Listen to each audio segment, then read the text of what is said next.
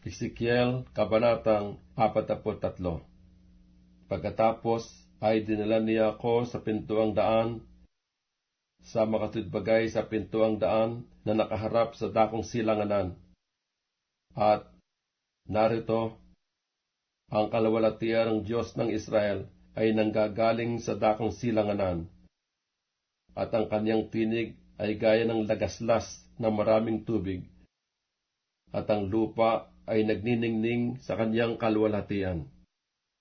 At ayon sa anyo ng pangitain na aking nakita, ayon sa pangitain na nakita ko nang ako'y pumaroon upang gibain ang bayan, at ang mga pangitain ay gaya ng pangitain na aking nakita sa tabi ng ilog Kibar, at ako'y nasubasob.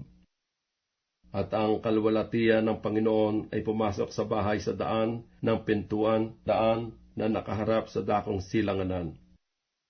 At itinaas ako ng Espiritu, at dinala ko sa lalong loob na looban, at narito, napuno ng kalwalatian ng Panginoon ang bahay. At aking narinig ang isang nagsasalita sa akin mula sa bahay, at isang lalaki ay tumayo sa siping ko.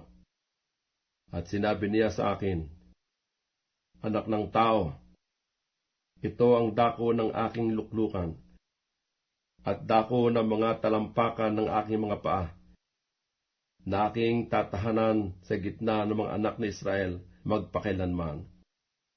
At hindi na lalapastanganin pa ng sambahayan ni Israel ang aking banal na pangalan, nilaman o ng kanilang mga hari man, ng kanilang pagpapatutot, at na mga bangkay man ng kanilang mga hari sa kanilang mga mataas na dako, sa kanilang paglalagay ng kanilang pasukan sa tabi ng aking pasukan, at ng kanilang haligi ng pintuan sa tabi ng aking haligi ng pintuan, at wala kundi pader sa pagitan ko sa kanila, at kanilang nilapastangan ng aking banal na pangalan sa pamagitan ng kanilang mga kasuklam-suklam na kanilang ginawa.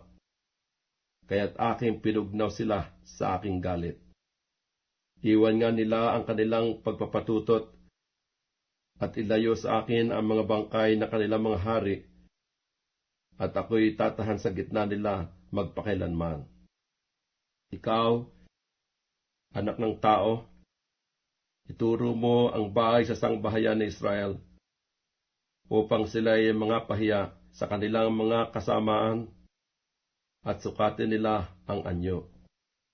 At kung sila ay mga pahiya sa lahat nilang ginawa, ipakilala mo sa kanila ang anyo ng bahay, at ang pagkaanyo niyaon, at ang mga labasan niyaon, at ang mga pasukan niyaon, at lahat ng anyo niyaon, at ang lahat ng mga alituntunin niyaon, at lahat ng anyo niyaon, at lahat ng kautusan niyaon, at iyong isulat yaon sa kanilang paningin, upang kanilang maingatan ang buong anyo niyaon, at ang lahat ng mga alituntunin niyaon, at kanilang isagawa. Ito ang kautusan tungkol sa bahay. Ang taluktok ng bundok sa buong hangganan niyaon sa palibot ay magiging kabanal-banalan. Narito, ito ang kautusan tungkol sa bahay. At ito ang mga sukat ng dambana ayon sa mga siko. Ang siko na pinakasukat ay isang siko at isang lapad ng kamay. Ang patungan ay isang siko at ang luwang ay isang siko, at ang gilid niyaon sa palibot ay isang dangkal. At ito ang magiging patungan ng dambana. At mula sa patungan sa lupa, sa lalong mababang grado, ay malalagay na 2 siko, at ang luwang ay 1 siko, at mula sa lalong mababang grado hanggang sa lalong mataas na grado ay malalagay na 4 na siko, at ang luwang ay 1 siko. At ang lalong mataas na dambana ay magiging 4 na siko, at mula sa apuyan ng dambana hanggang sa dakong itaas ay magkakaroon ng 4 na sungay. At ang apuyan ng dambana ay magkakaroon na 12 siko ang haba at 12 ang luwang, parisukat sa 4 na tagiliran niyaon. At ang patungan niyaon ay magkakaroon ng 14 na siko ang haba at 14 na siko ang luwang sa 4 na tagiliran niyaon. At ang gilid sa palibot ay magiging kalahating siko, at ang patungan niyaon ay magiging 1 siko sa palibot. At ang mga baitang niyaon ay paharap sa dakong silanganan. At sinabi niya sa akin, "Anak ng tao, ganito ang sabi ng Panginoong Diyos. Ito ang mga alituntunin tungkol sa dambana sa kaarawan na kanilang gagawin, upang paghandugan sa ibabaw ng mga handog na susunugin, at upang pagwisikan ng dugo.